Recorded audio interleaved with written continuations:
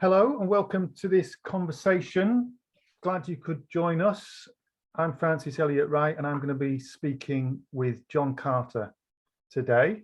And the reason we're having this conversation is we want to talk and share our positions on the question of pacifism, war and peace from a Christian point of view. John and I are both members of the Unitarian Christian Association.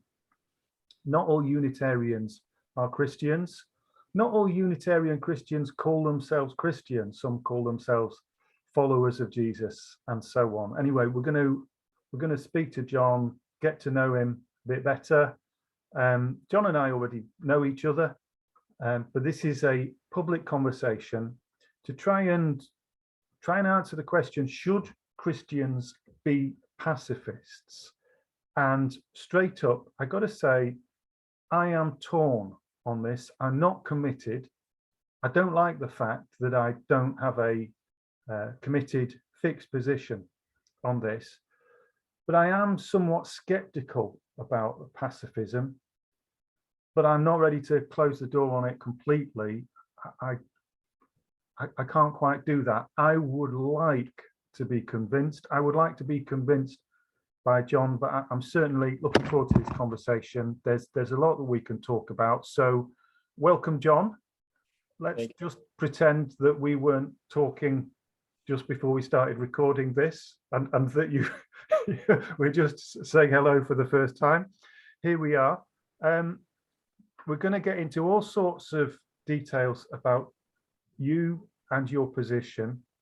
And to start with, I'll say you're a Unitarian minister at Hull and Lincoln Unitarians, and you are president of the Unitarian Peace Fellowship. Chair. They wouldn't have a president, would they? Is that because I think at one time they did have a president, but I don't know when it switched, but we went to being a chair. But I am the president of the Ministry Fellowship. We get to have presidents. I don't know why. Oh, I see. Okay, okie. Right. Well, let's. That's only for a couple more months. So. Sure. So it's in your position as a. I mean, would you call yourself a pacifist, John? Yes. Yes, you would. Good. I would.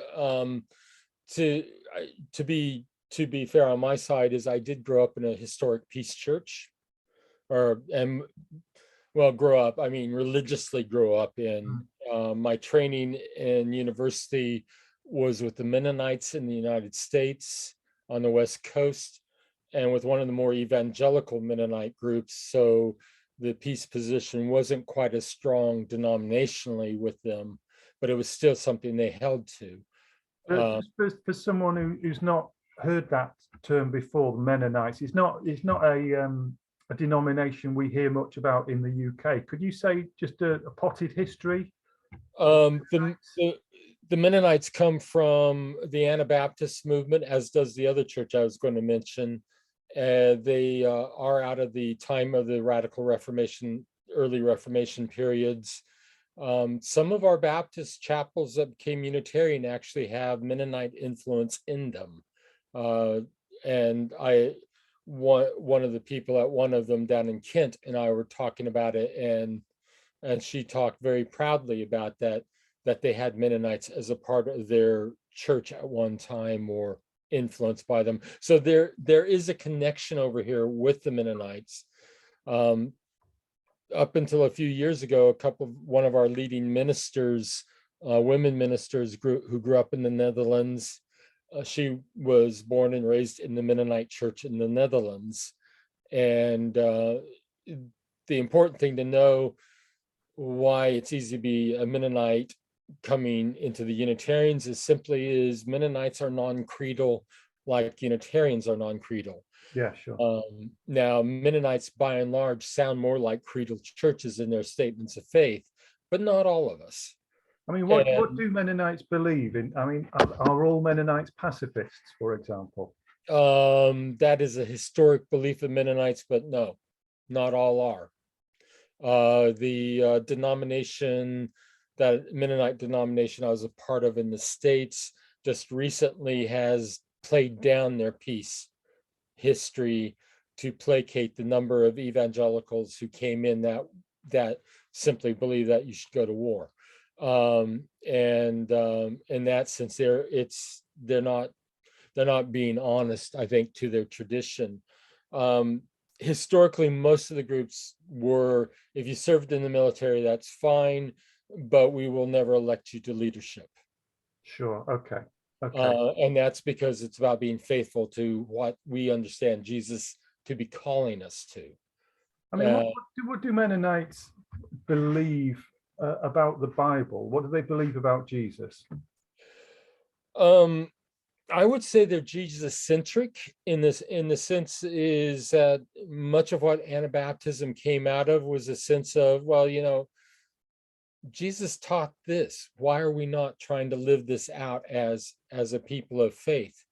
The other thing is they actually don't believe Christians should be involved in politics. The real old order ones are very reluctant to get involved. It used to be, I think in colonial Pennsylvania, the joke was of the three historic peace churches, that is the Friends, Society of Friends or Quakers, the Schwarzenau Brethren groupings, which the Dunkard Brethren or German Baptist Brethren, which was the other group I come out of, and the Mennonites, is when it came to voting, the Quakers would stand, the Mennonites wouldn't vote, and the Brethren would vote for the Quakers. Sure. Okay.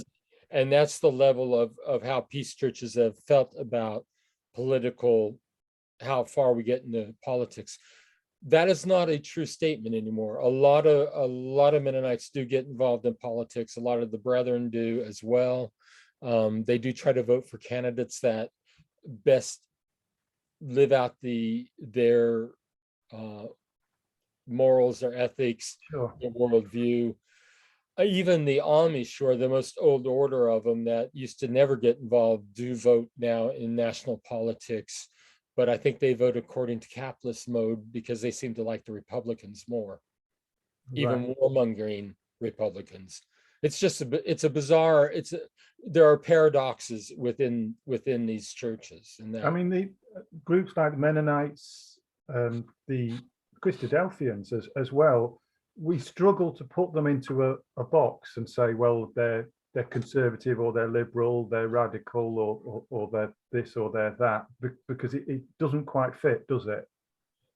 I would say they're conservative in the sense that they are, while they don't take an absolute literalism, they do pretty much read the Bible in a sense of a more literal, simple. We're not going to sit there and tear it apart, but we are going to look at what it's saying and how do we apply it. In that sense, there's a conservatism there. But their interpretive values, according to political thought, they do tend to sound liberal. Yeah. So they, case in point on what we're talking about is Mennonites take very seriously that when Jesus said, love your enemies, it literally means enemies, not the person you don't get on with next door, but whoever the enemy is, you are to love them. So example, during the US Civil War in the Brethren grouping, there was one of the elders who lived in the Shenandoah Valley of Virginia, who essentially was caught and put to death as being a spy. But he was the minister for a variety of churches on both sides of the border, and he refused. He went. He was constantly crossing the border to do his job, and I think the South put him to death for that very reason, because they saw him as being a collaborator with the North. But his reason for doing this is what I'm called to do, but he's also the one that kept the branches of that grouping together, whereas like the Baptists and almost all the groups tend to split down political lines of the Civil War. This grouping actually stayed together. Sure. Mennonites were more localized in leadership then, so they weren't so much of a national body. But So that, I mean, this is where you come from. You came from a Mennonite home, you went to a Mennonite church. my home wasn't Mennonite. We joined the Mennonite. We started attending the Mennonites when I was in year 6 of school. So I joined the Mennonite church. We attended a Mennonite church. No, my home was fundamentalist Baptist and Pentecostal. Oh, wow. A whole other kettle of fish, so to speak. I mean, Unitarianism is full of people who have a fascinating backstory, who used to be something else, who used to be, I mean, we do have some born Unitarians, don't we? But we have many people who are, if you like, refugees from another denomination. I mean, how do you feel about Mennonites now? Do you feel you are still, in a sense, a Mennonite as well as a Unitarian? Yes, partly because Unitarians actually, part of our feet are in the Anabaptist theologies. Because I identify more as being Anabaptist theologian than anything else. If I have to be particular about the form of Christianity I want to practice or strive to practice, it is in the Anabaptist wing, because some of the early Anabaptists were Unitarians. The Polish Unitarians that we do look back to were very heavily influenced by Anabaptists. Yeah. And Anabaptists were called that simply because they did not believe in child baptism. They what they practiced, essentially what it was you decide to follow Jesus and then you get baptized. Sure. And it's a decision you can only make as an adult. Yeah. Or of reasonable age. Yeah, and there are other denominations for whom that is an article of faith, but they just don't get named after it. Then we have the Baptists and the Anabaptists today, and technically Baptists are Anabaptist related. There are strong there are strong pacifist Baptists. Sure. As denominations, they are not. My mother, who was Assembly of God Pentecostal, at the time she went to seminary in the early 40s. They technically were a pacifist denomination. I see. So pacifism has been, but they were there. So pacifism hasn't been an absolute given, but it's been a big part of. It's been around you. Yes. All your life. It's never been too far away, but you found your own way to where you are today. I wonder, could you say briefly, I suppose, what were you doing in America, and when did you come to the UK, and why? Well, I'm going to let's deal with some of the part of why I was a pacifist was because I came to understanding political awareness during Vietnam. Right. And so contemporary actions do influence how we look at things. And let's face it, what the US was doing in Vietnam was an illegal war. It never was declared war there by, technically it was a conflict for the US. So details here. But I did come to it then and really was questioning what we were about in Vietnam. And that just started me pondering all of this material. And we started attending the Mennonites. When I joined the church, my catechism was not really strongly on the Anabaptists. It was just pretty much basic evangelical Christianity. And at some point, I don't know what, I know what it was. I actually decided to take them at their word. You know, they always tell us we should read the Bible as kids, read your Bible and all that. Well, I did. They probably should not have told me to do that. Yeah. But when you start reading the Bible, you find it's not this nice little piece of status quo attitudes. There's something else going on in there. You know, Sure. the Song of Solomon just blew me away. Didn't Why? understand because it was so lusty. Right. I mean, it is really a lusty. Did you see Even that for yourself, or did someone have to point no, that I out saw it for for you? myself. I could tell there was something going on here, Yeah. and it was not. It was.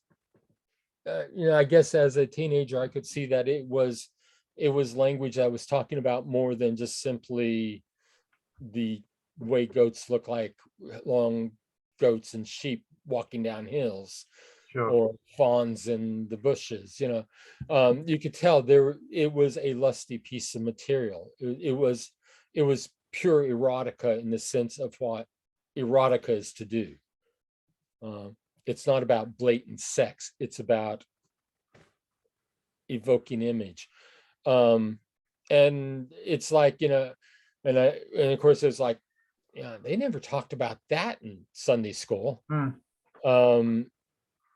But I think the other thing was with the Mennonites, what impressed me was that when we first started attending them in Sunday school, we were treated to other parts of the Bible than what I experienced amongst the Baptist Sunday school, which for my age, they think little boys, all they want to do is read war stories.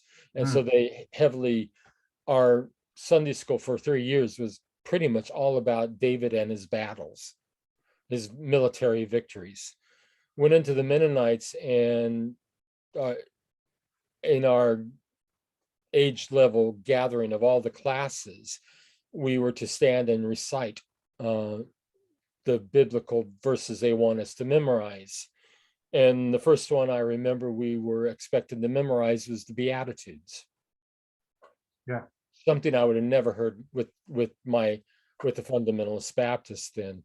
And in fact, the only person in our class that could do it was this brilliant young woman by the name of Debbie Suderman, who was one of the victims of that drug that they gave to women in the 50s to help with pregnancy and Thalidomide. yeah. Well, she lived with the effects of that, and while it damaged her body, her brain, her mind, her spirit was extraordinary. And but she could cite every Sunday. She could cite the whole thing, and she was brilliant. But that actually impressed me. Right. There was something else going on there. So anyway, I studied in seminary. I worked as a youth director in California. I did 2 years of volunteer service. 1 year was with the United Campus Ministry at Illinois State University in Illinois, in the town of Normal. Town of what? Normal, Illinois. If that doesn't sound like the most normal name you could ever come with. But and that campus ministry was made up of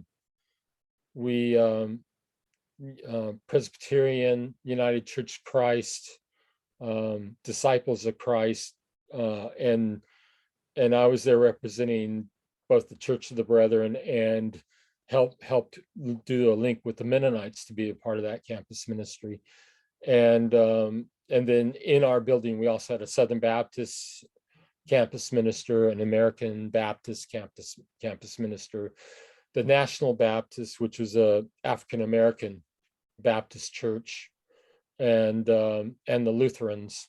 So we were essentially an all one-stop Protestant area. And I think our side of the ministry also helped with the Unitarian Universalist students. Okay. As How well. old were you when you were doing this, John? I was mid-20s. So About fairly early 25. on, Yeah. you're on fire for this stuff. You felt called to ministry at that point. What happened after you left seminary? Well, after volunteer service, I went to seminary, took 8 years to complete my degrees. And that's because during that time was when I came out as being openly gay.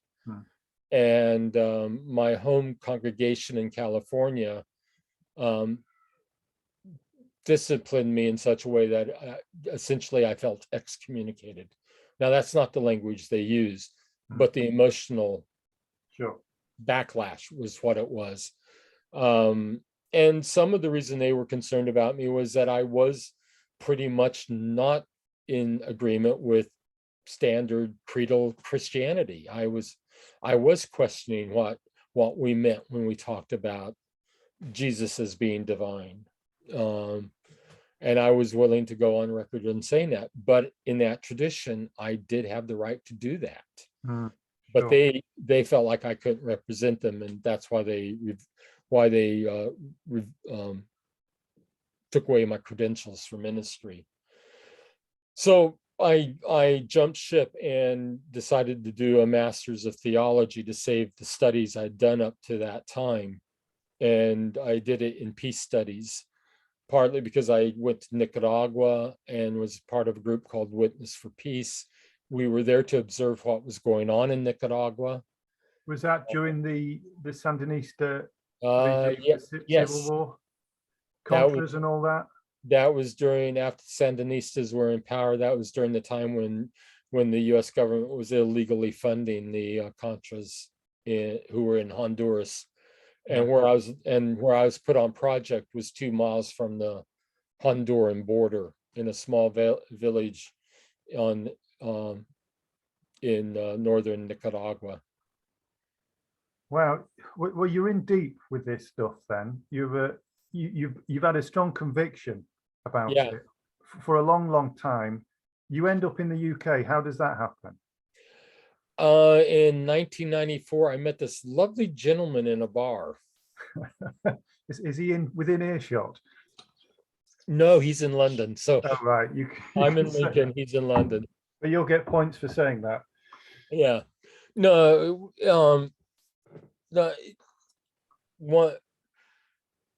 When I left seminary, I ended up working in social work in Chicago. And one of the agencies I worked for was called the Night Ministry. And what they did was they put ministers in full clergy drag out on the strip.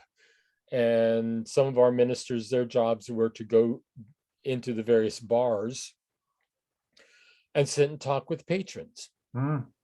Do sort of counseling, but mostly it was a ministry of presence. When I came on, they were in their first year or second year of a program called Health Outreach. And the Health Outreach program was to do medical checkups for anyone on the streets, but also to do sort of prevention work as well. And I joke that our mission a lot of times is that we gave out the 4 C's: cookies, coffee, Christ. I'm going to guess what the 4th one was. Was it condoms? I will name it. It's but that was the work we were ended up doing. And when I came on board, my job was mostly to work with young men who were in prostitution. Right. So it was doing a lot of counseling with them, doing a lot of work, helping them weave through how they understood themselves. Mostly it was about keeping them alive. Sure. Because most of them, no matter how much we wanted them to get out of the life, until something else really came along, it wasn't going to happen. And a lot of the guys, unfortunately, also were heavily in using. The ones that weren't were well, one guy I knew that he actually did leave the life for about a year, and a year later he was back and broken. He could not make it outside of it. And I think that's because systems, the way they go is that if you don't have a proper work history, they treat you pretty badly. And he couldn't break through that wall. So that was part of what I was doing. One of the Unitarian ministers that was over here from the U.S. About 10 years ago, the Reverend Linda Hart, many will know her listening to this, that she and I met each other because we were both working at the same agency in Chicago in the early 90s. Then I went on from there to do case management of people living with HIV and AIDS. And at the time when I met Ashley, my husband, there wasn't a way for me to come across. So when the law got changed over here by the prime minister no one likes to talk about, I was able to start the process to actually come to the US, to the UK from the US to as a first unlimited leave and then permanent leave, and became a citizen about 5 years ago. Right. Oh, I see. So, But I came across in 2002. I see. I see. Yeah. Well, very glad you're here, John. What do you make of the UK? I mean, that's a very general thing, but you are, I mean, you are recent enough in coming here. I guess that you are still slightly seeing the UK from an outsider's perspective, would you say? Whether I do or not, I know that sometimes I do get reactions that imply that people still see me as an outsider. So in that sense, I think regardless, there will be that type I mean, I of. think in ministry, being an American or Australian or South Africa or any other nationality does give you some advantages in that no one really knows what class background you have when you open your mouth, and for the English in particular, we try not to be aware of that, but we just are so much, and you've got access all areas in that respect. Well, and in fact, I think one of the things I think for any of us who immigrate here, whatever we go into, there is a truth in that. Americans who come from lower class zones that immigrate across still get treated better than what would be the equivalent class over here by British society. And it may happen the other way around, that working class people go to America and feel they are taken more seriously in many situations. Okay, so that's great. We've talked for quite a long time, but it is a rather complex background, isn't it? And you have been a pacifist all the way through that. It's been a growing position. I would say that early on I was a situational pacifist. Okay. There are, which technically is what the traditional church's point of view would be in terms of since Constantine and Augustine, and that was the just war theory. That is essentially another way of calling it is situational pacifism. So situational pacifism would be someone who says that war is evil, but at times it is a necessary evil. Yeah. And that's a position that you used to hold, but you don't early on. Yeah. Early on. So could you set out for us your position now? You would say you're an absolute pacifist? For myself, I am. But there are things I need to qualify in this. First of all, pacifism is not about being passive. It's about choosing a different way of solving conflict. And I think that's the thing that gets lost by both sides of the argument is that. Just before we get to that, John, and I do want to talk to you about that. You mean you're against all violence in all situations by all people? Would that be right? I would say I'm very uneasy with all violence in all situations by all people. I am more understanding depending on the context of it. So in that sense, I still carry a situation.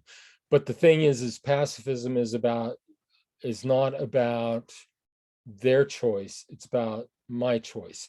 And in this sense, what I'm arguing is that the historic pacifist understanding is it's not about the politics of it. It's about our being faithful to how we understand Jesus calling us to be. Okay, and So what is the authority of Jesus for you? I mean, is it that he is that he has a teaching that is so compelling that you think, well, I agree with that, I want to follow that, or is there something about his status as a person that means I need to follow Jesus? I think it's all of the above, to be honest. I mean, for myself, one of the reasons I've never, with all the stuff that I experienced at the hands of the church, that I never gave up on is I never gave up on Jesus. Now, and I do think it's the compellingness, I think, of his teaching. I got to say, when I read the Sermon on the Mount, it blew me away Sure. as a teenager. And I always liked it. I always thought there was something great about him. But I do think there's something that some call the avatarness of Jesus.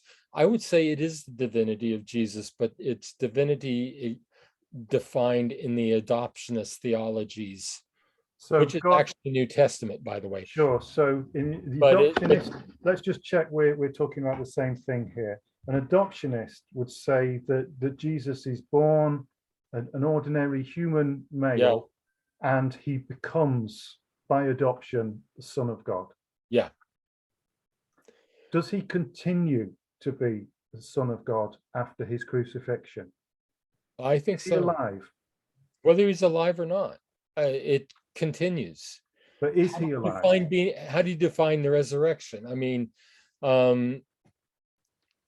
oddly, for me, I've never had problems with resurrection theology, but I think that may also be growing up in farming communities. We see it on an annual basis. Sure. You plant a seed, it dies, it becomes a plant. Is Jesus somebody that you would address a prayer to now, and with the thought that Jesus hears you? I think in my naive moments, yes. Yeah. If you ask me to actually analyze it out, probably not. Sure. I don't. But I do think that oftentimes that the type of stuff I do is conversational. So I see myself having conversations with God, and yeah, I do use Jesus in that category. Sure. Okay. And you would say Jesus was a pacifist and Jesus taught pacifism? I say, yeah. I say he saw a different way of going about things. And I know you're going to bring up that bloody temple story, probably. Oh yeah. But I will point, when we do get to that, I'll go to, no, he was not a passive person. No. Okay. And that's what pacifism a lot gets used in. Jesus taught what many would be nonviolent resistance. And the fact is, one of the leading New Testament scholars back in the 90s did talk about that. When you look at what Jesus is saying about, put it in a cultural context, he was actually teaching some pretty radical stuff, and it was just simply not using violence. Sure. Okay. In reaction to violence, but demanding respect, so to speak. Okay. I think that's clear what you're saying. Okay. You said that pacifism was your position. So should I? Am I free? I suppose I'm free to use violence, though it would be against the law. But is your position simply that you won't use violence to try to resolve a situation, or is it that no one should use violence? My position is, because I've chosen to follow Jesus as my rabbi, and however you want to define it, because I see Jesus as being anointed of God, Okay. that to be faithful to his teachings, I must strive to practice a nonviolent way of solving conflict. And was Jesus saying that this is the way simply for his followers as an influence on society, or do you think we can say this should be the rule for everyone? Yes. Sorry, but yes. Yes, it's for everyone. I do think there are both particular and universals within the way Jesus was going. I would argue that for the whole of the universe, that was his vision. Sure. Okay. So you mentioned but because the way he called people was in a discipleship manner, and thereby it is what we are called to try to live out if we are serious about following him. Okay. You've referenced the Beatitudes and the Sermon on the Mount. Yeah. And the Beatitudes are at the beginning of the Sermon on the Mount. My take on this is that the Beatitudes are a summary of the entire Sermon on the Mount. I absolutely agree. Yeah. Oh, well. To me, they're the preamble. Yeah, it's a sort of a poetic summing up of where the whole teaching is going, and the context within which we understand the Sermon on the Mount and the Beatitudes is the idea of a coming kingdom. Yes. And what does the kingdom of God mean to you today, John? It is both coming still and it is present. To me, the realm of God is when we choose to follow however we can do it. That is where it happens. It happens where two or three are gathered. That is where the realm of God is present. So we in effect in our conversation, yes, are actually being the realm of God. Part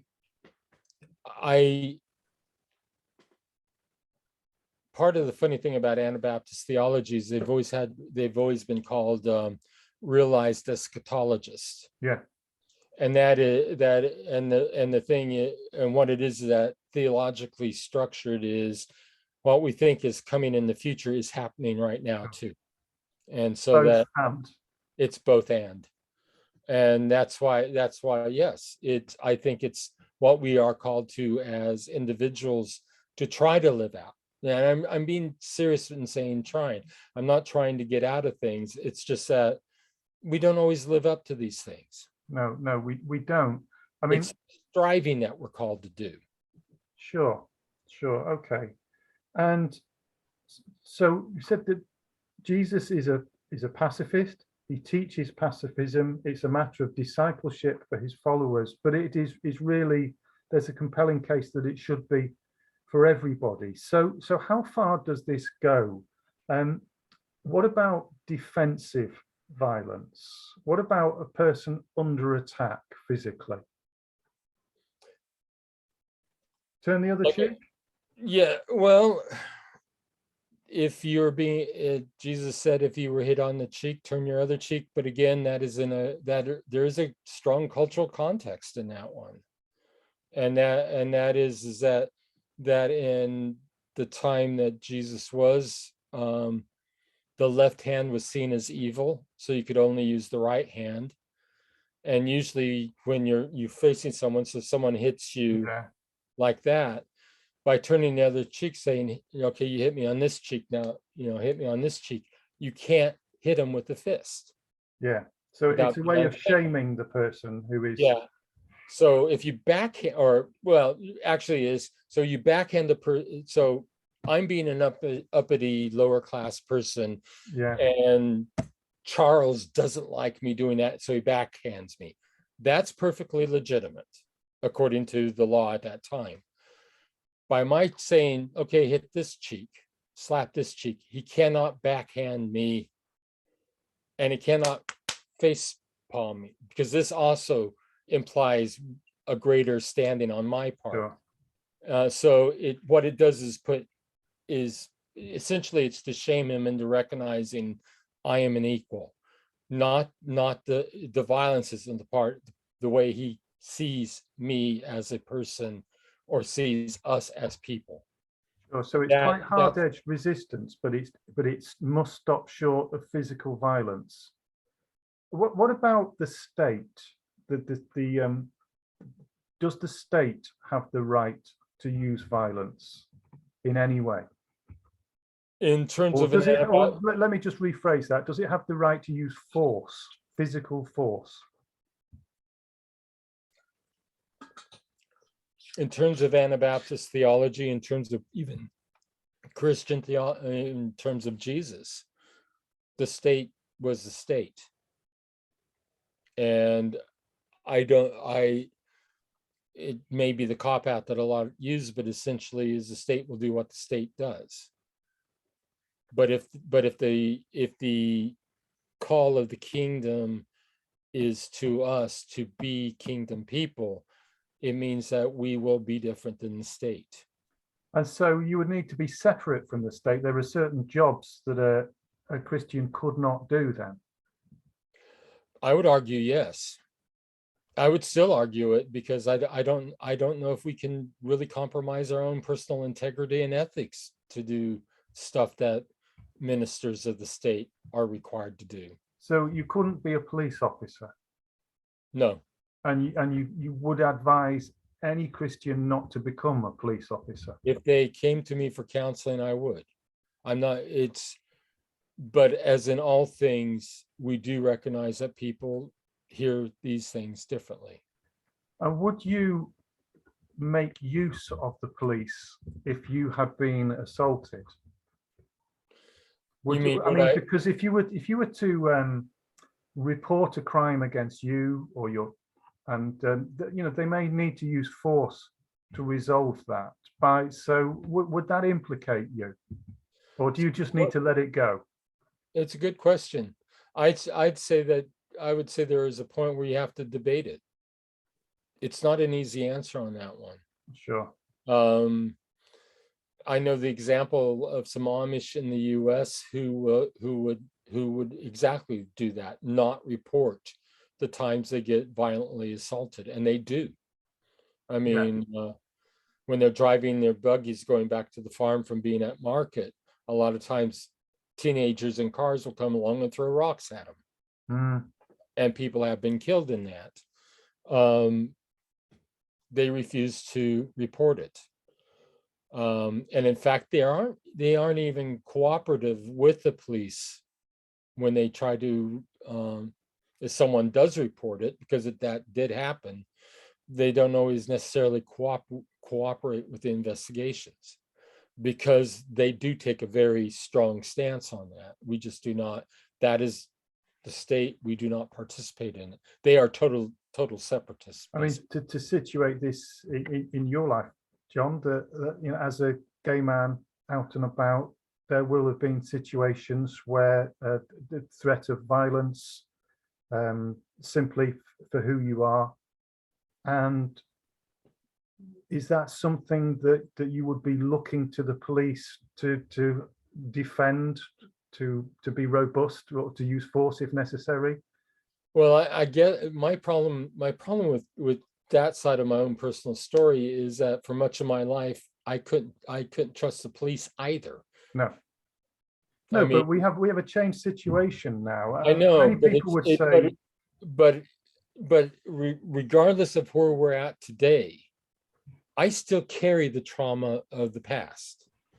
And so for me, it would be a harder one for me to say, yeah, I would go to the police about this. I'm not sure I would, simply because of history, not who they are today, but what I have experienced.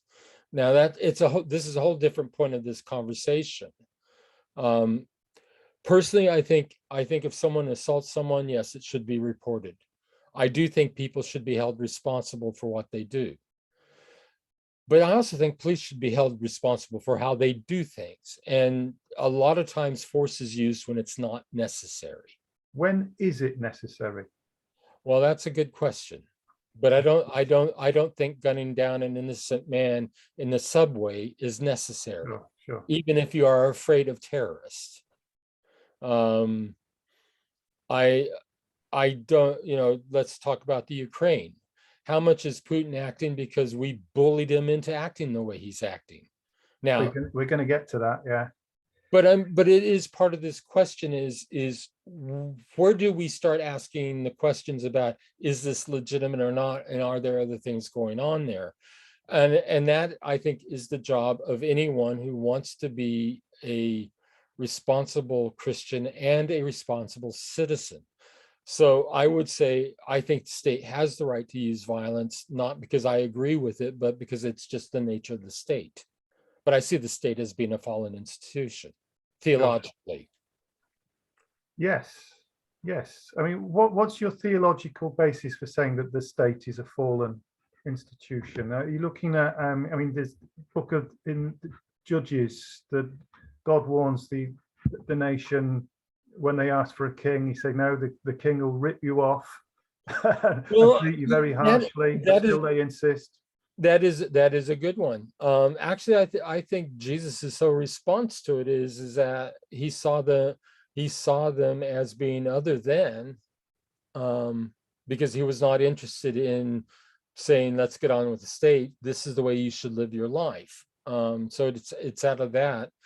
But it is clearly out of the Anabaptist experience of the Reformation, is because we did not believe the state had the right to impose baptism.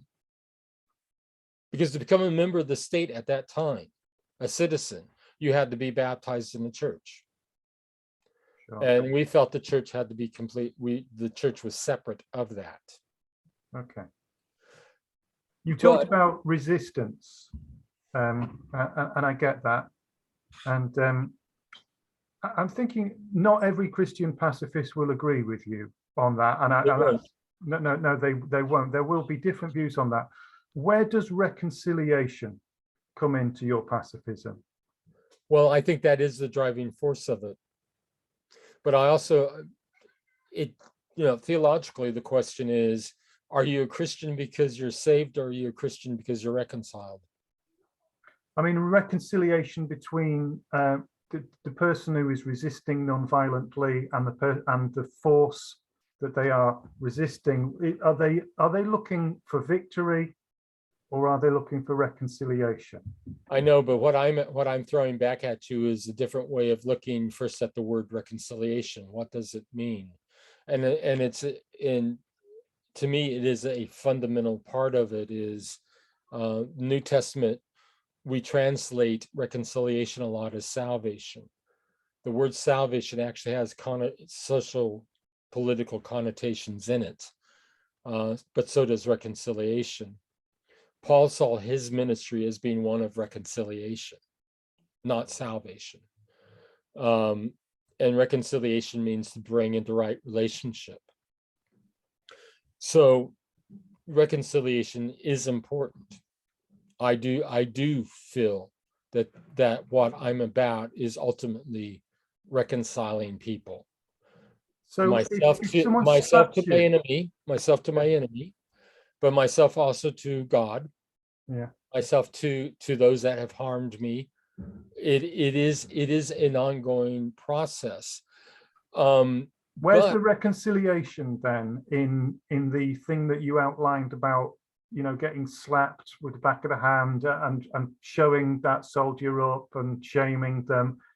Well, actually, where does reconciliation come? The showing up to soldiers when they demand you go 1 mile, you go 2, because that actually breaks Roman law. Just to be nitpicky here, reconciliation. Can there be reconciliation if a person doesn't see you as an equal, or see you as having worth? Let's put it that way. You may not be equal, but you may have worth. a lot of what I think Jesus was talking about was talking to a people who were oppressed, who were seen as not having much worth, both by the aristocracy of their own nation and an occupying army. So Jesus was talking about that. Part of that job of reconciliation then is well, Gandhi exhibited it, was stand up. You have worth. You have value. To me, the reconciling moment that I become reconciled with God is the beginning of my having value, both as an individual and as part of the world. It is an ever ongoing process, because if we don't work at that, we will allow people to treat us in ways that there may not be physical violence in it, but there is psychological and emotional violence in it. If you want to know one of my comments that another Unitarian minister who came out of the Quaker background, she and I once had a debate about who was the most passive aggressive of us all. And passive aggression is still aggression. It's still a form of violence. Well, it is, and which is why I'm slightly, well, I wouldn't say thrown, but I want to come back at you on this thing of pacifism and reacting non-violently as a way of really sticking it to them. If you know what I mean. Yeah. You're in a fight, and it's just another way of fighting. So what's so special about physical violence that we endorse psychological violence? We say try economic force, but physical force is the line.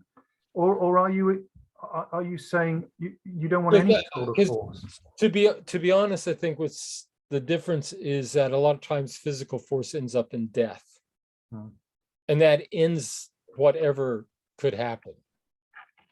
You see, another reading of the turning of the cheek would be, instead of trying to shame the soldier and sort of really expose the injustice of the situation, that it would be an appeal to the humanity, the common humanity of the two people, and sort of let's forget all that. Let's just love each other, and maybe that's a naive view of that, but that takes all forms of force and retaliation out of it. It makes it into something about love, not about just hating someone in a non-violent way.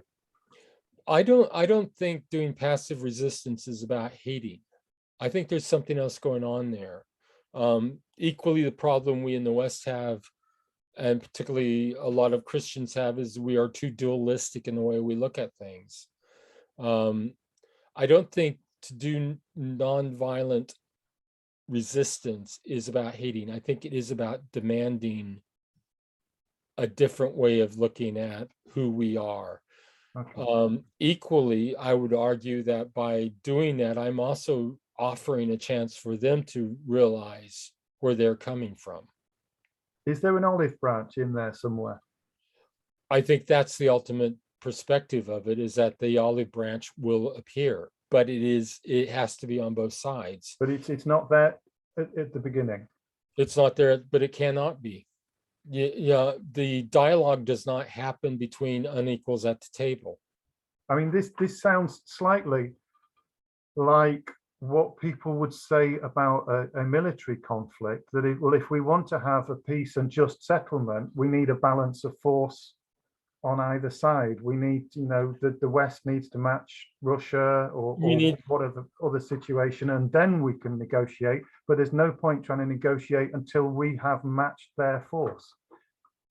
And it's funny how those numbers change every year. Sure it is. Not that but isn't that what you're saying? Isn't that what you're saying in terms of we can't talk about reconciliation until we've reached a certain parity, until I've managed to get back at you in a non-violent way and get some sort of parity, and then we're able to have the olive branch and all that. Isn't that the same thing? Well, you could interpret it that way, but that's not the zeitgeist of what Jesus was about. It is not. It's the point. The point of resistance is not about is not about getting back at someone. The point of resistance is to say I have value. The point of resistance is so I don't become apathetical, to use Gandhian terms. Because Gandhi did say violence was acceptable if the alternative was apathy. Would you go along with that? Actually, I do. So give me a practical example of how that would play out. What would be a situation in which violence is acceptable because the alternative was apathy? I'm trying to think of the examples that I've known. I'll use Dietrich Bonhoeffer. I don't necessarily agree with him on what he was involved in, but he did become a part of a plot to assassinate. Let's just say what Bonhoeffer did and what was known for. Bonhoeffer was a major confessing church minister. He probably was, Barth considered him the one who wrote the best stuff on what it meant to be Christian in terms of practical. And this is Germany in the 1930s, isn't it? Germany in the 1930s. And he refused to flee Germany with the rise of the Nazi party, and helped form the confessing church when the Lutheran Church and all the majority of churches actually became part of the German Reich Church. They formed the confessing church, which is about a resistant model. But in his teachings, Bonhoeffer did teach nonviolence, did pretty much say that you choose to be a disciple and that will cost you. He did not believe in an easy following of Jesus. And so he was a pacifist. But he ends up trying to blow up Hitler. He ends up being part of the plot to assassinate Hitler. And he bends over backwards to argue why he think it was justified. Yeah. I don't agree with it. I don't agree with everything he said, but I do think that he was trying to work through both his understanding of Jesus and the political reality of the moment. Was he right to try to assassinate Hitler? I think for him, yes. For him? It's not for me, but because I'm not in the situation. It's like, and that's the problem with a lot of these conversations is, if I saw a woman being raped by a guy, yes, I would tackle the guy to get him off the woman. Now that's a point of force. I would not go so far to kill the man. But I would try to impose myself into a situation to protect the other.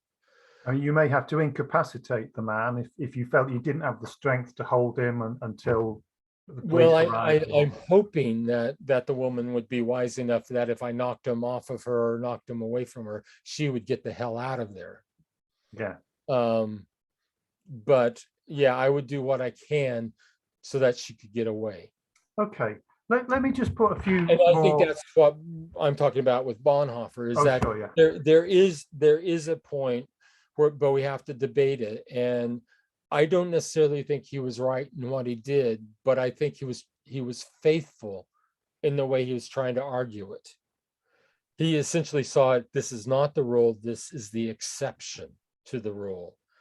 And much of my studies, when I look at a lot of the stuff we're talking about, is a lot of the people who do not like pacifism are constantly talking about, this is the rule we want, like the just war theory of the Roman Church that most Christian groups still say they practice, but they don't fight for them when we're in the situation. And I have no problem with just war theory because it is actually really strict. Most of our wars we wouldn't fought if we actually followed that principle. Would you be able to give us a potted summary of the just war theory? I mean, the main points that in its basic form, I mean, it gets developed in various directions, but it has to be, it's a constant, let's do it between us. There has to be issued by a properly constituted authority. So you and I can't declare war. It Yeah. has to be a civil, a nation state Yeah. properly constituted. Equally, there has to be a reasonable chance that the just cause will win. Under that, would is the Ukrainian state justified in resisting the Russian invasion, according to that? Yes. Is there a reasonable chance of success? No. So then they aren't. Because again, I think the point is to mitigate damage within it. The other thing, no non-combatant should be harmed in a war. That has long disappeared in our wars. Yeah, sure. But that is part of what they were working on. It was part of what, and I think Augustine was the one who developed the early models of it. But it was their way of trying to be faithful to the teaching of Jesus while being a political state. You have to do things to go every where you can to avoid the war, and at any point you have to get out of it if there is a peaceful route out of it, and so on. And you're saying these are fine rules, but they're just used as a fig leaf generally. Would that be your view? My unfortunately, I think we like going the easy route too fast, and that normally is, I'm not getting my way, I'm just going to punch my way out of it. Okay, I'm going to hit you with some. No, I'm not going to hit you. I'm wrong word to use in this conversation. I'm going to offer you, in a peaceful way, some specific historical instances for you to comment on, and let's try and do this in a reasonably quick fire way, though they're just so huge it may be difficult. World War II, and this is the big one in the UK, possibly more so than in America. I don't know. I mean, we see this with a different national history and different perspective. But was it wrong to declare war on the Axis powers, on Hitler, Mussolini, and Japan? Could a pacifist ever support that? Can you still call yourself a pacifist and say Britain was right to resist Hitler with its army, its navy, and its air force? I think a lot of pacifists at the time did. There are a lot in the United States. We know that during World War II, a lot of the peace churches had a lot of their young men volunteer to go into the military because of what they saw were going on. But I would equally say is that I don't honestly, World War II was the continuation of the Great War. It was not a new war. It was inevitable because at the end of the Great War, we imposed such a horrific peace on Germany.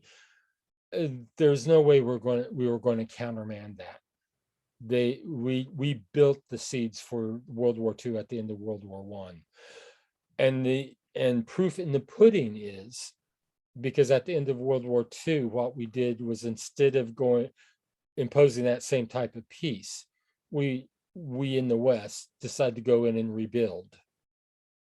Well, and there are issues with that, but the Marshall Plan did help Europe stabilize. And whether a person likes the European Union, that whole development was also part of a pattern of ensuring that another war wouldn't happen, because of the horrificness of what transpired both at the end of the Great War and during World War II.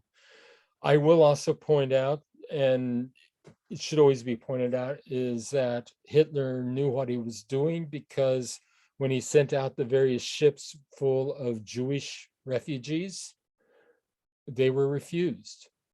Very few of them were welcomed into countries except that how they were not taken back to Germany was simply the captains actually ran them aground, or they did find places that they finally could cajole them into doing it. The atrocities of World War II, no one's as innocent as we like to. And my problem listening to the British as well as the US, because ours is Pearl Harbor, by the way. Even now, it's like, we'll apologize about Hiroshima when they apologize about Pearl Harbor. I'm going, well, except the fact is we beat the crap out of them. It's, you're comparing things that don't logically work for apologies. But it's none of our countries did shine brightly in that. The fact of the carpet bombing of Dresden, the amount of destruction that we caused it's nothing to be proud of. Well, but equally, nothing that the Germans did warrant our continuing bringing this up and being anti-German because of what they did 50 years ago. Well, no, I don't think. No, I would certainly see no case for that. I mean, you're saying that the war had some very inglorious episodes, and that we needn't have been in the position that we were. I mean, not that either of us was born, but the British state, the Allies, need not have been in the position they were in 1939. And yet they were, and they still had a decision to make.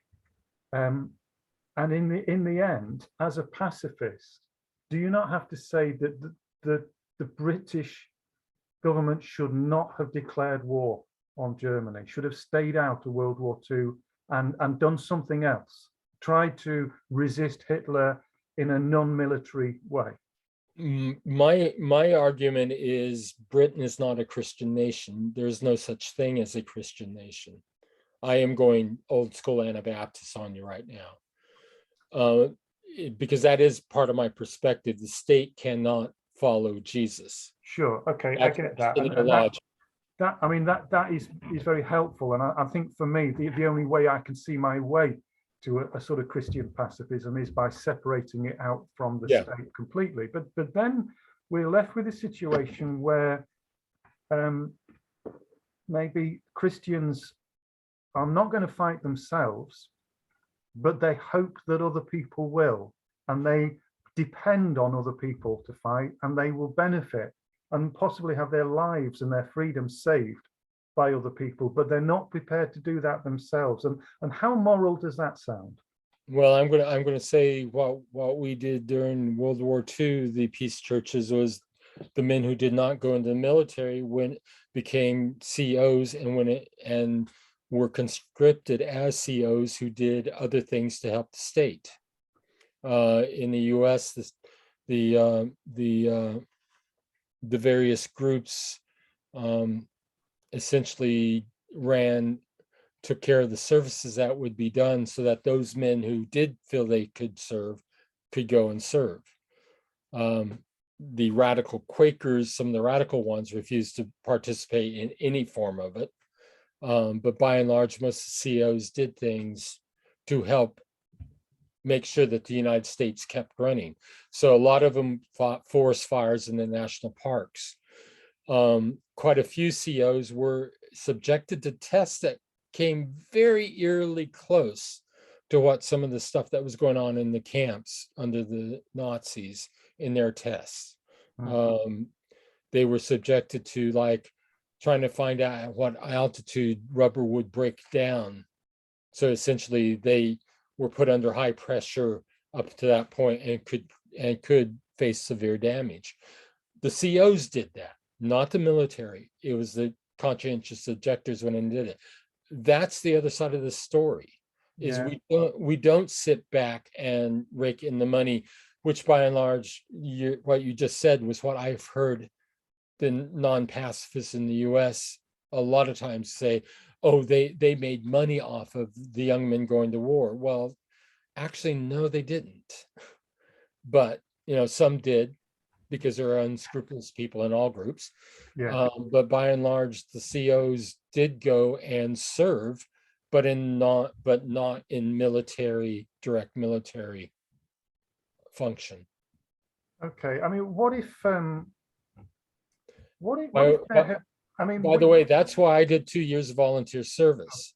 I didn't go into the military, I went into No. volunteer service. no, good for you. What if, I mean, as Christians, we would hold out the hope that there would be a wave of conversions, and maybe 40 million of the 60 million population of the UK at the time of there's a war. It's larger than that now, isn't it? There's a point at which, if Christianity gets too big, it makes a nation unable to fight a war. And then we would reach a point when either we're going to have to rethink our theology and let Christians go and fight, or we're going to have to deal with the fact that we're in a nation that will not send its army anywhere, or will not have an army even. Do you see the problem there? But there are nations that don't have armies. Such And well, Costa Rica doesn't have a standing army. Switzerland doesn't have a standing army. They have a militia, and that is purely defensive. And at that point, that's probably more acceptable than our having a professional military. Would you like Britain not to have an army? I would rather we have a different way of approaching things, yeah, but I don't know if I would say I want us without an army or not. Be quite honest. In the US, some of the ways that some of the kids in the inner city can escape that form of violence is through military service. Sure. Unfortunately, equally, the government, due to the systemic stuff, don't always give it to them, where they would give it to the farm boy from Kansas. Sure. I mean, this is historic record. We know this went on. Staying in America, the American Civil War, was it wrong to take up arms to defeat slavery? Well, the North fought not against slavery. The North fought for saving the Union. They may have done, but there would have been soldiers among them who joined up for that motive. And would you counsel that person that they were wrong to join that war for that motive? Would I tell Theodore Parker he was wrong for keeping a gun in his desk to make sure that when they tried to take the slaves that he was hiding away? Probably not. No. But equally around the Civil War, as the South was fighting to keep slaves, the North was fighting to keep the Union. I mean, that is the legitimate reason we went into that war in the North. We should never deny that. But I equally don't give the South the right to claim they were trying to stand up for state rights. Okay. They were standing up for their right to keep slaves. Both sides have to be honest in that. There are some of the militias that formed during that time that were of abolitionists. Okay. But a lot of the abolitionists were already active in trying to get slaves out of slavery long before the war happened. And again, that's part of, I guess that's part of why I do talk about doing the work of the COs, doing this volunteer stuff is our job. We do things to help mitigate this stuff and not react to it. And it may be that philosophically, to me, the issue around war for Christians is if we want to go to war or argue for it, it's because simply we are reactionary. We say we believe in the realm of God breaking in now, but if we don't see it breaking in and don't work to break it in, then we've got these situations. And yeah, maybe for most Christians, war is the only way they can deal with it. But I am arguing a particular form of Christianity is if you're serious about Jesus, you have to be serious about his teachings. I'm not saying that everyone's going to go my direction, But I think if we can have a forthright conversation around it, we are far better off. Because again, the issue is not whether there's conflict. The issue is how do we work at it? And that is why when you speak of reconciliation, that is the right word. We do work for that. But sometimes we do have to be obnoxious. Salt and light. Salt and light, yeah. We are the light on the hill. Let me move you to South Africa in the early 1960s. The African National Congress has been committed to non-violence up to that point, but they then changed tack in that situation. And they, now you look at the history and you could say that Mandela and his colleagues were sort of, that they knew that the people would take up violence anyway, and that they needed to sort of control it in some way. But they did abandon non-violence. They went to violence. As a pacifist, looking at that situation, would you say they made the wrong decision there? Because the reason that I ask that is because we have such admiration for Martin Luther King and for Gandhi for choosing a path of non-violence and achieving so much that way. Is it consistent to admire them so much for that without then criticizing freedom fighters who take the opposite path and say, no, we are going to take up arms?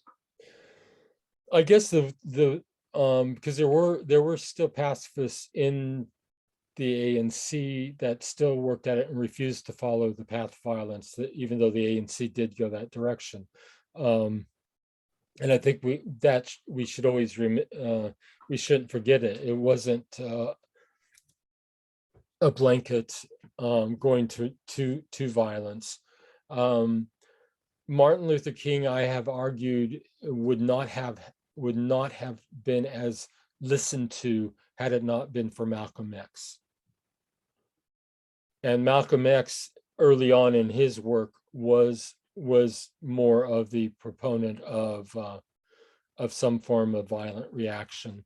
Though you're not sounding so pacifist now, John, I have to say. No, what I'm saying is King was listened to because of X. It's a reality. Yeah. Again, my pacifism is not a political reality. I understand that. Pacifism, and that, if we're talking in a Christian context, is about being faithful to Jesus. It's not about being political realistic.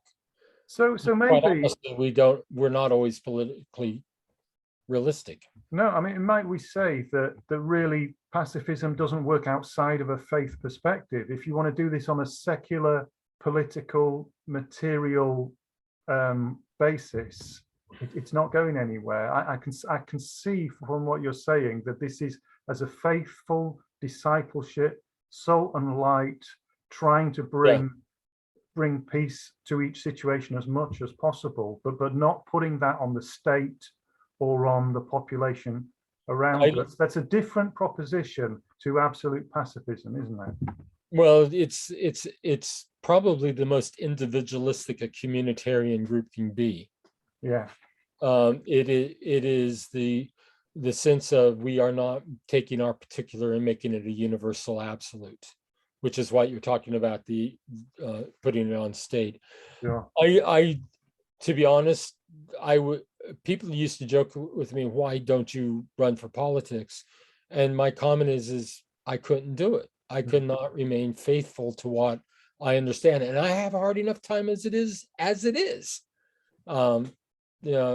Following Jesus is not an easy proposition. But I still enjoy it. So that's kind of where I go at it. But I know the ANC did it. I also know that we've talked about a lot of liberation theology and the South American liberationists, and there were those that did support the use of violence, and there was those who absolutely did everything not to have violence. I put it to you that those who supported violence were wrong and were unchristian. What do you say to that? I certainly don't think they're very Christ-like. Yeah. So yeah. But I equally will say that if we do analysis is where this all comes out, where it all comes into. And that's why I do say with Malcolm X, is that some of the things he was involved in early on, I think forced Kennedy to listen to King in a way that he was not listening beforehand. Now, the thing is with X, and why Malcolm is, I think, is an incredible witness, is that he was converted at, partly because at that point, the community he was a part of, the Nation of Islam, they did have a very belligerent theology going on. And it is out of the fact of white people don't treat Black people very well in the United States. It's understandable.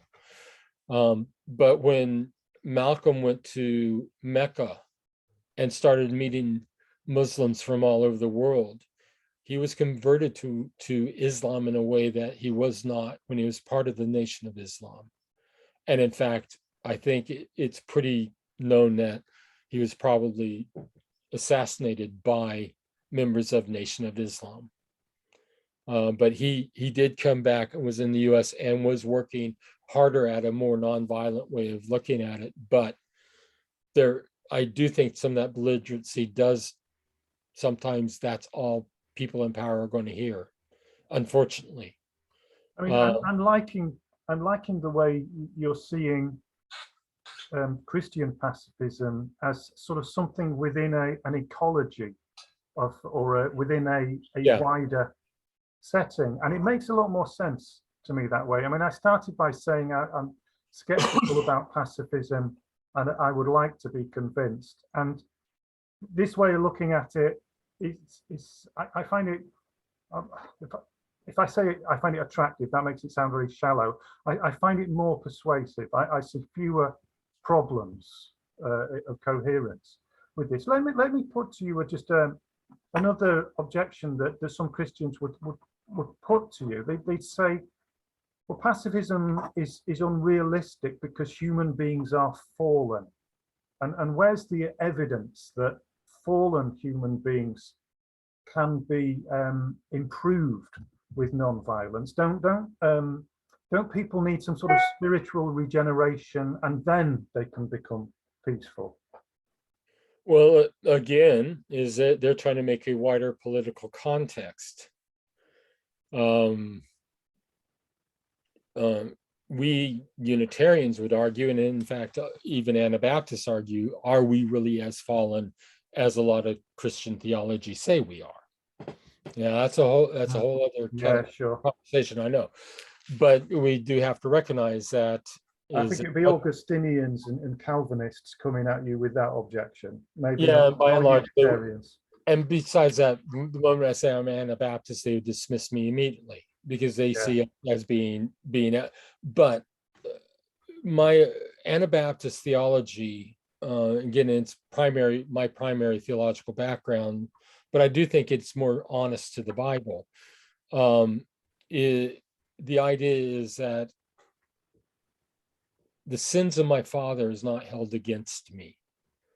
Now, the argument is in the Hebrew Bible, it's the generation to generation argument, but equally in the Hebrew Bible, there is a statement is, I will no longer hold the sins of your father against you.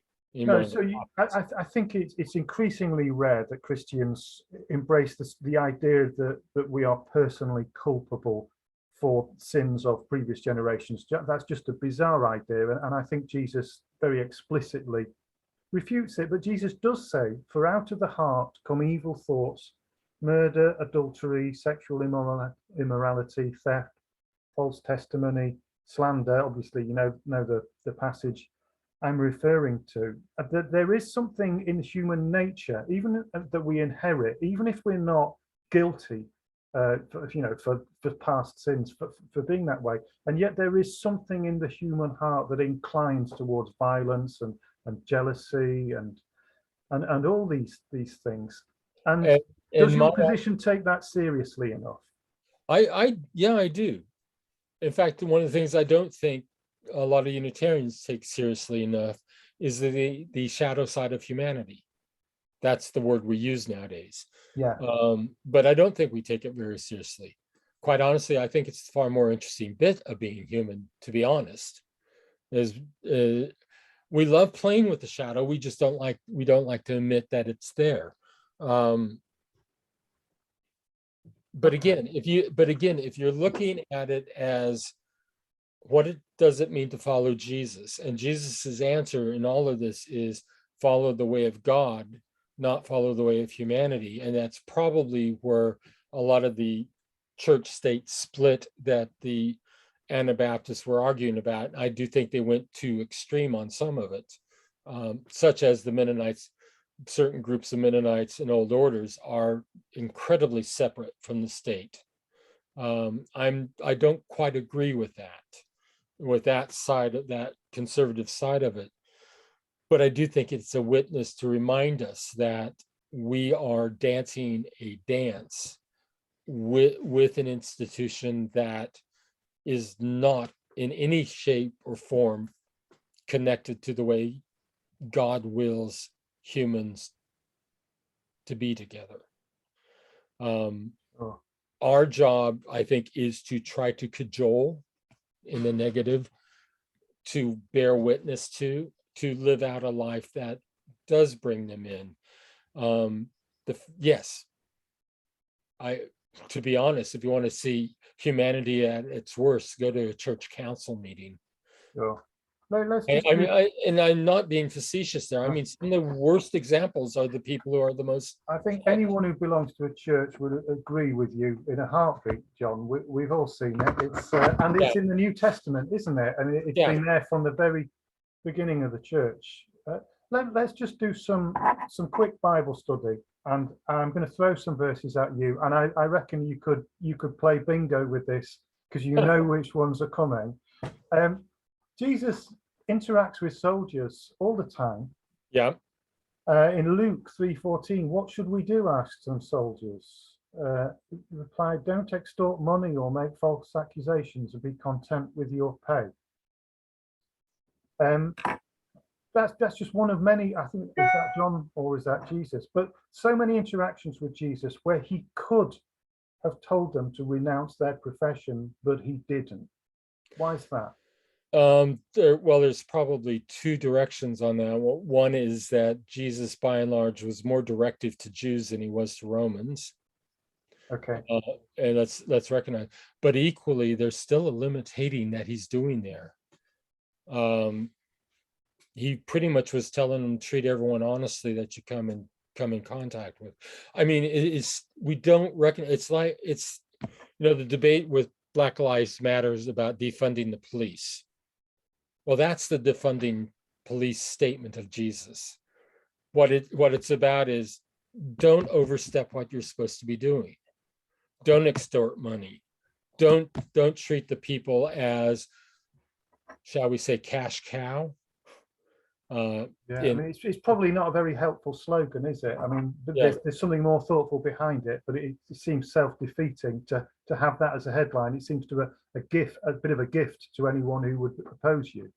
Yeah, but again, it's one of those texts that if we take it at face value, yeah.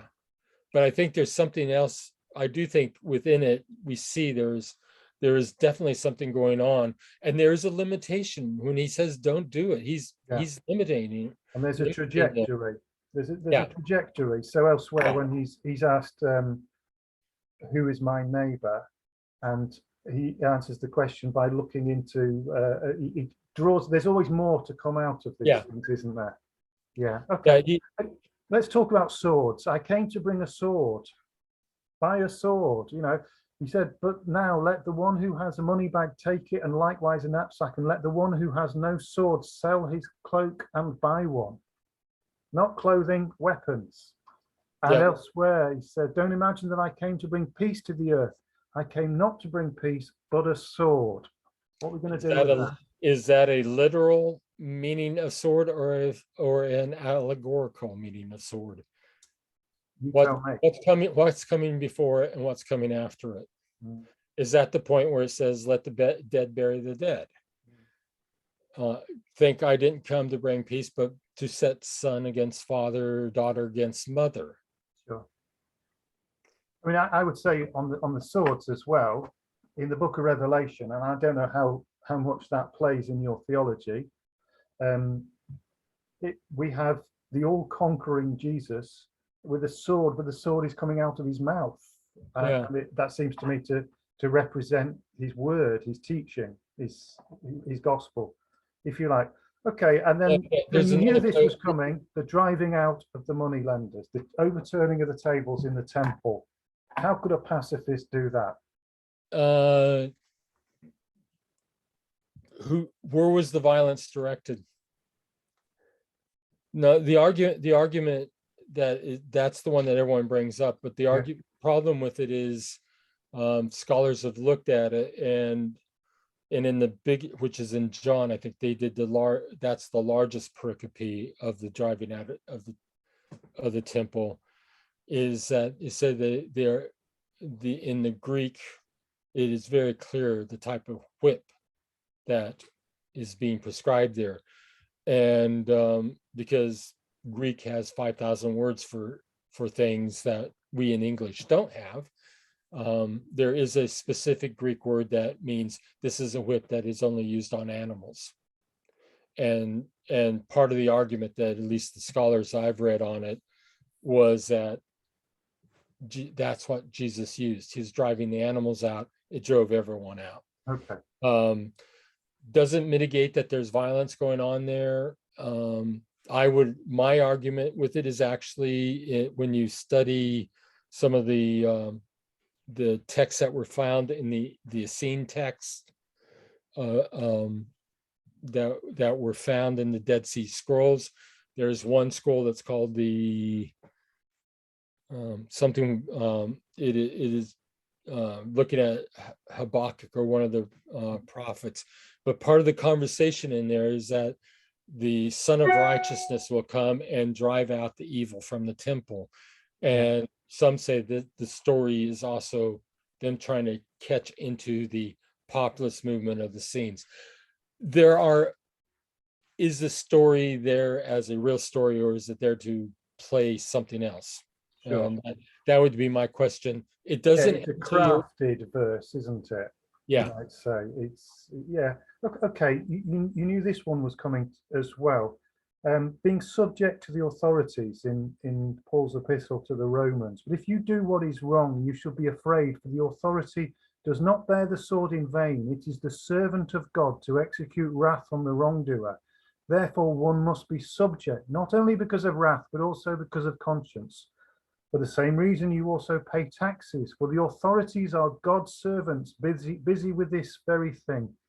Pay to all what is due them, taxes to whom taxes are due, revenue to whom revenue is due, respect to whom respect is due, honor to whom honor is due. I mean, it would seem from that not only is the sword of the magistrate, of the civil authority, justified, that it is a good thing, it is doing God's work, and that resistance, whether violent or non-violent, is not okay according to those verses.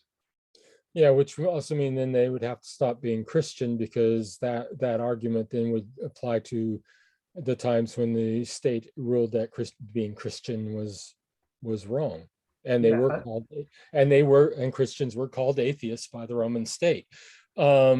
It's the problem is we can pick and choose it, but I would say that misses the point of Romans.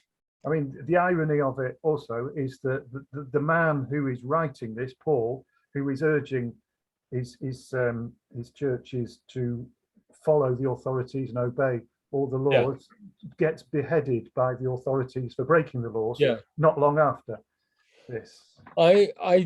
To be honest, I think that I had heard someone argue that some of that is about telling Christians is not to get into the revolutionary acts in terms of actually going out and doing violence.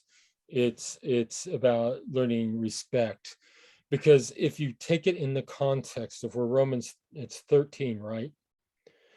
If you look at Romans 12, that is all about how we live together. And if you look down the arguments in 12, it begins with,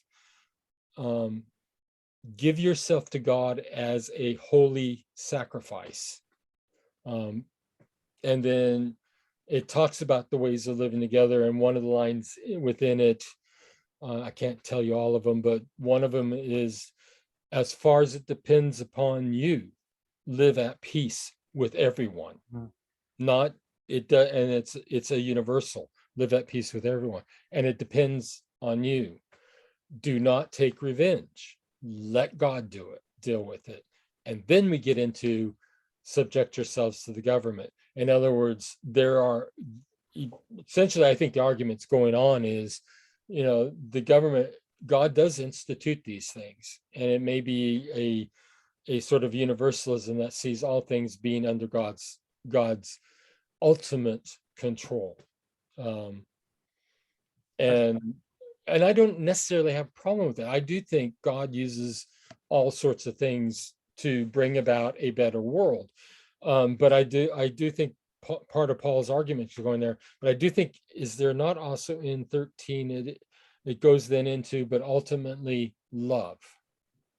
And again, there's mitigating arguments going on there, that we are to be respectful of government. We are to respect what the government does. We are not here to violently overthrow governments. We are here to practice a different way of living, and in that practice, hopefully attract others to the way of Jesus. Sure. And I would argue that the reason Christianity became the state religion was because the state realized the Christians outnumbered them. And so it became a state religion to control, not to empower. Because let me put another objection to you, to the idea of Jesus as a pacifist.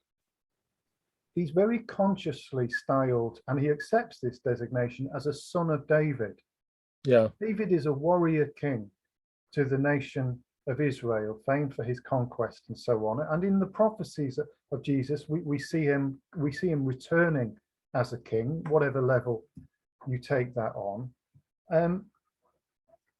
Could it be that Jesus did not have a problem with King David's violence, or with violence on the pursuit of upholding God's law, God's nation, in a past time or in a future time, but at that particular time they were under the thumb of an enormous pagan empire, and it was suicidal to try to resist that. And this played out, that there were various messianic movements that tried to take on the Romans, and it leads the rebellions leads to the siege of Jerusalem and appalling suffering, much of it referenced in the New Testament, and the destruction of the temple and so on. And that Jesus's pacifism is kind of situational, in that he's in this situation, it is just forget about violence, turn the other cheek, because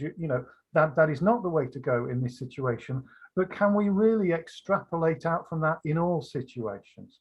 I mean, it would be crazy for us to advise a house church in China to take up arms against the Chinese Communist Party or the Chinese state. But can we extrapolate from that situation and say that violence and Christian nations, godly nations, just wars and so on are wrong for all time from that? Would you have some sympathy with that view? Probably not, because I still don't think, no matter how much I believe that God can work through anything, I still don't think God calls us to justify state violence. I think God calls us to example a different way of living, and it is more, it is more to a more individual point, or individual's community point. Because let's face it, the state's going to do what the state's going to do, and states do. No matter how much they try to talk about the morality or ethics of where they are. They by and large are going to do what benefits the state, which is why it's so slow to get rid of status quo. Sure. Okay. I can But- tell you're still American. You say things like route and status quo. You just can't leave it behind. Nope. Was that not part of your exam when you have you got UK citizenship? Yeah. And they didn't test you on pronunciation? Nope. No. Oh well. what can you do? I can read it. I'll speak it as a good old Kansan. No, actually, I don't have my Kansas accent anymore. Good for you. And I would continue to say status if I relocated to the US. Yeah. Sure. Let me just ask you. And aluminium. Aluminium. The Brits I know over there still do it. Actually, I like the British way of saying it more than aluminum. Of course you do. But finally, let's just go out of the Bible into some specific cases. Martin Luther King and Gandhi, what did they actually achieve through nonviolence? They got killed. Yeah. So, well, not the best advert for pacifism. I mean, it's very attractive for what they do, but in terms of results. But I guess if you've been paying attention, as you've been paying attention to me, is that I argue faithfulness, not success. The fact is, Gandhi did achieve something. He did shame the British out of India. They were going to leave anyway, but he just got them moving faster. Sure. King did shame the U.S. government into passing the Civil Rights Law. It did take a Southern Democrat to do it, but it got passed. If you want to know, they're not without achievement, are they? I mean, I'm being polemical in asking the question. Of course, they've got enormous achievements. They did get achievement, but more, I think, with both groups. But because I know King's better, King did help develop the Southern Black people into a more cohesive voice at that time. Whether it has stayed is a whole other debate, but he did help bring them together in ways that allowed their voice to be heard. He did go to prison for it, as did Gandhi.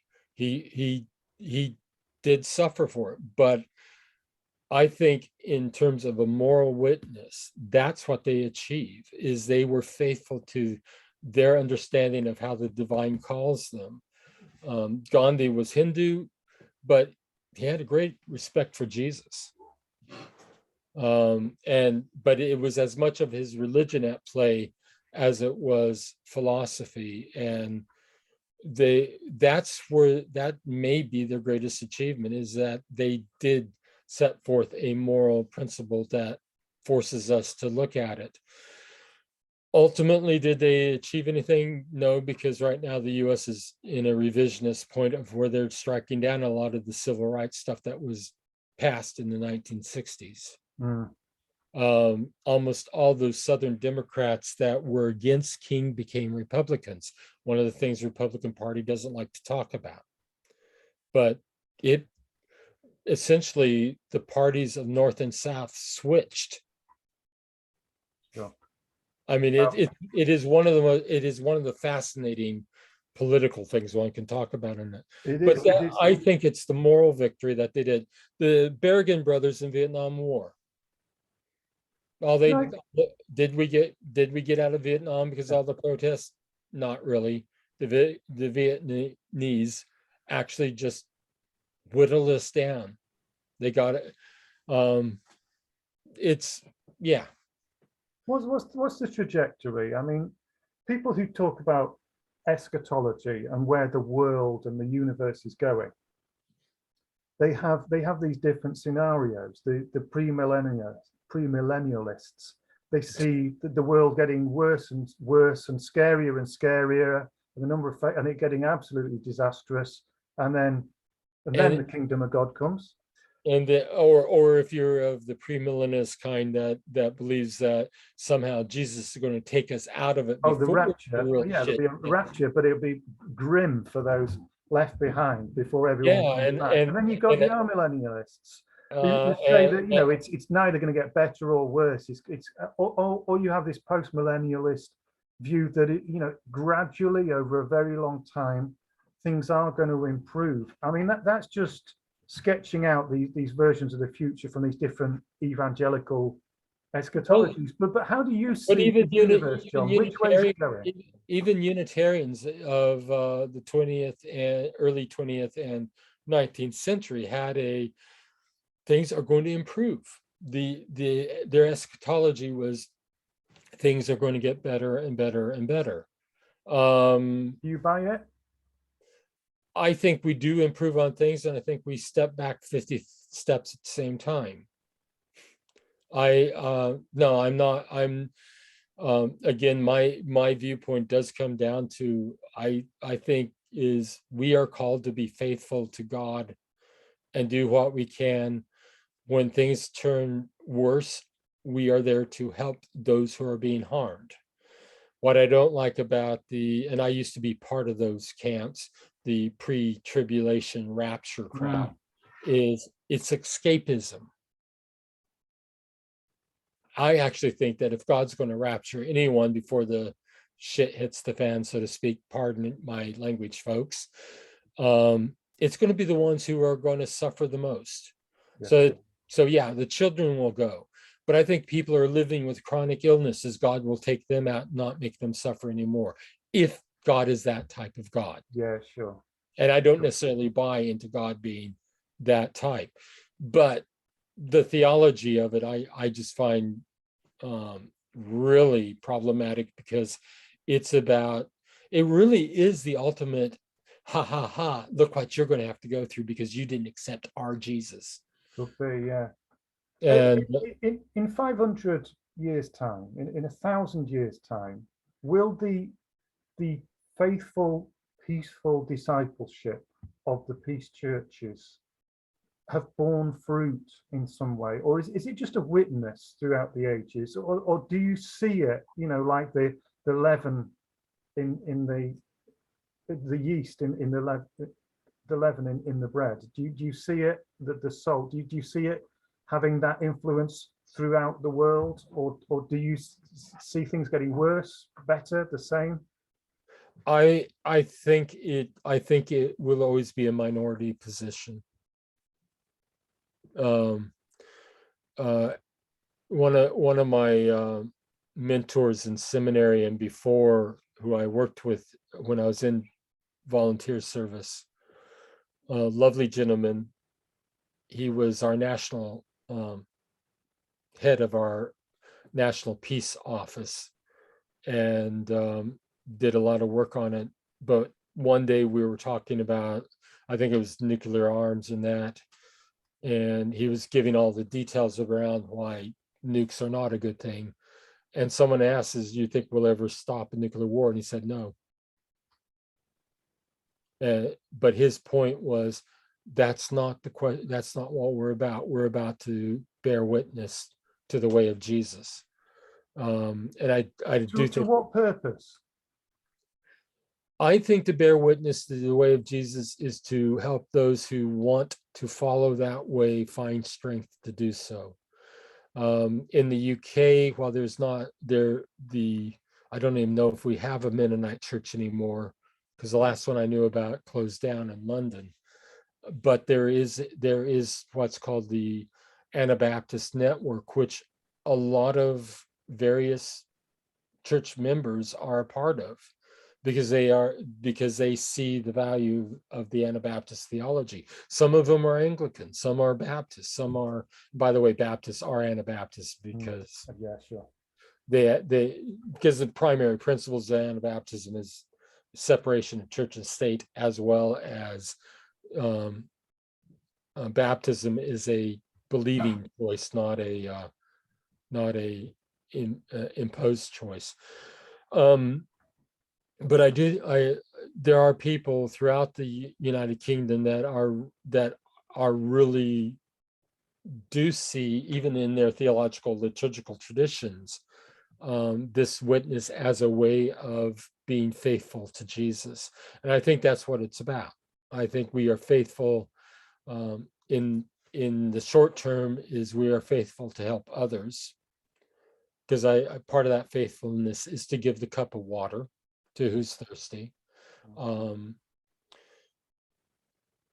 is to visit the sick and those in prison, is to be concerned about all people and to do what we can to mitigate what harm is being done to them. Ultimately, it's about, we are just different from the way the world does its stuff. We will try to influence. I think it's perfectly appropriate to try to convince the government to go about things differently. But ultimately, whether I'm successful in that is not my concern. Am I being faithful to the one who has called me? And the one who has called you, is there an end point, something that happens as a result of this witness of Jesus's faithful, peaceful church? I mean, either it leads to some great redemption on earth, or is there something beyond death that is linked to this? I mean, do you believe in life after death? Yes and no. Right. I'm such a good Unitarian on this stuff. You are impeccable. Um, But is it a sifting? I do, and I'm not really worried about whether I do or don't anymore. It's just that the reason I ask is because if we see an end point at which the peaceful kingdom embraces the earth, then we see what this was all about. But if we don't see that, and you're saying you think things will stay the same, it will always be a minority, maybe that light will never go out, but it will never encompass everyone, then is there some other purpose that has to be beyond this life for that? I guess I philosophically, I think the point of it is that we are not, again, it goes back to the question is how successful we are. The end product is not the issue. It's the faithful following. When I was a part of the evangelical fundamentalist groups, we always got, punched with the idea of you got to go out and save souls. It was about goal and success. What I've come to see, and partly why I did become a part of the Unitarian community of my many different reasons, is that spirituality, religion, and such is about our day-to-day walk in order to live faithfully to that which we're being called. It's not about whether or not I convert X, Y, and Z. It's about if I am being faithful now. Now, the grace in that is that if it is a day-to-day ongoing walk, struggle, a bit of ease, because I do think there are times it's easier than other times. I have grace to mess up. Yeah, sure. And one thing that Anabaptists are notorious on is that we forget grace. Well, John, I think you're taking you're doing the right thing in attending to the beam in your own eye there. But I think all denominations, all Christians would join you in saying, yeah, we're pretty bad at that.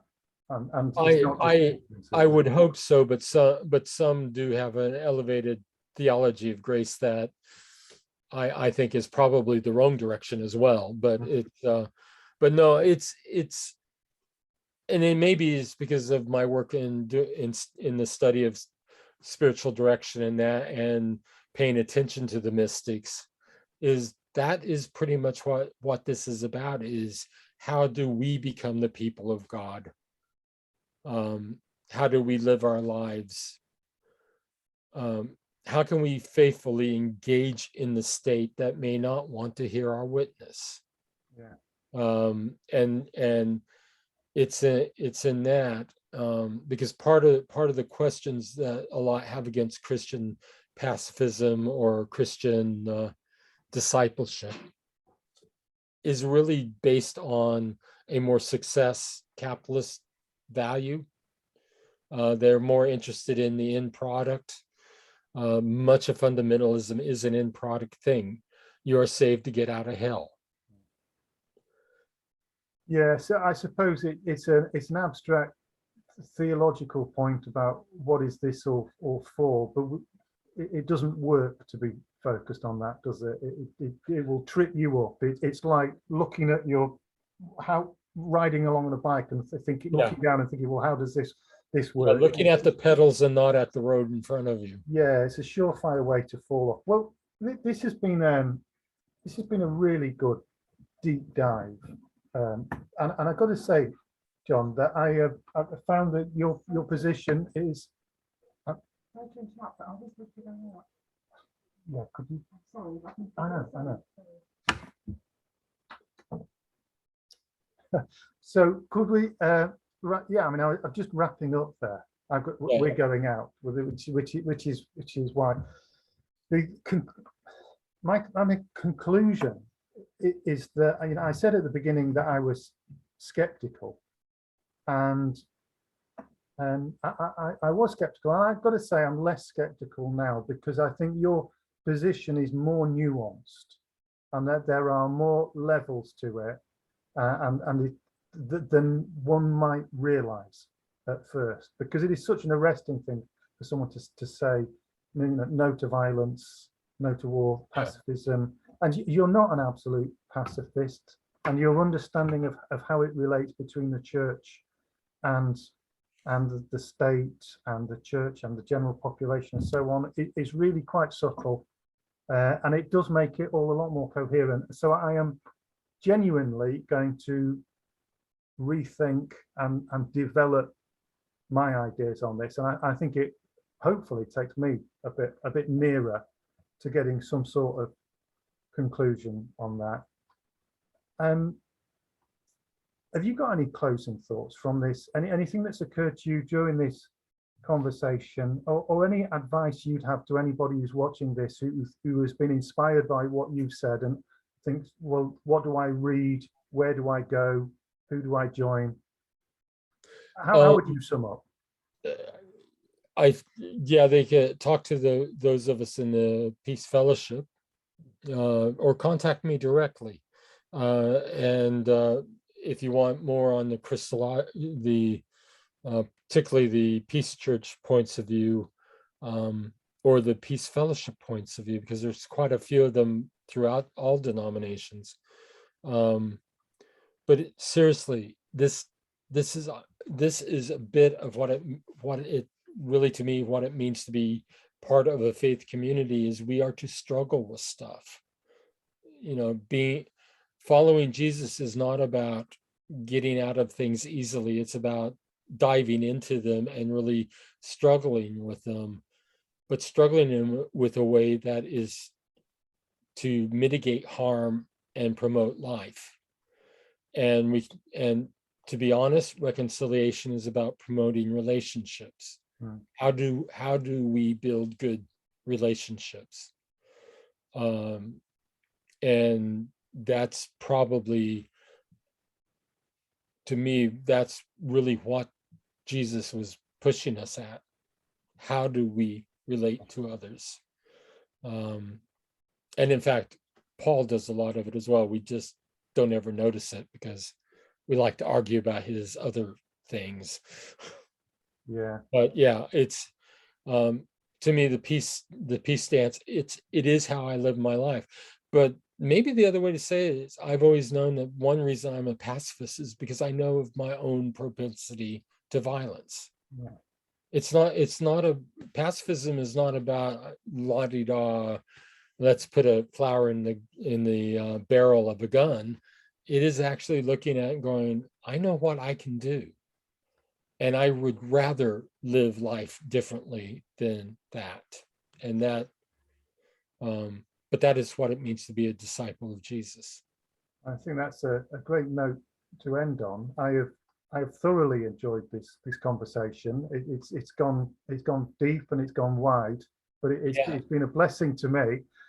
And we can put some book recommendations from you and some contact details out with this video. Okay. And that will help people to take next steps. But for now, let me say, God bless you, John. Thank you so much for this conversation. I've really enjoyed it, and I've learned from it. And I hope we get to talk again soon. Yeah. Okay. God be with you as well, and have a good evening out. You bet.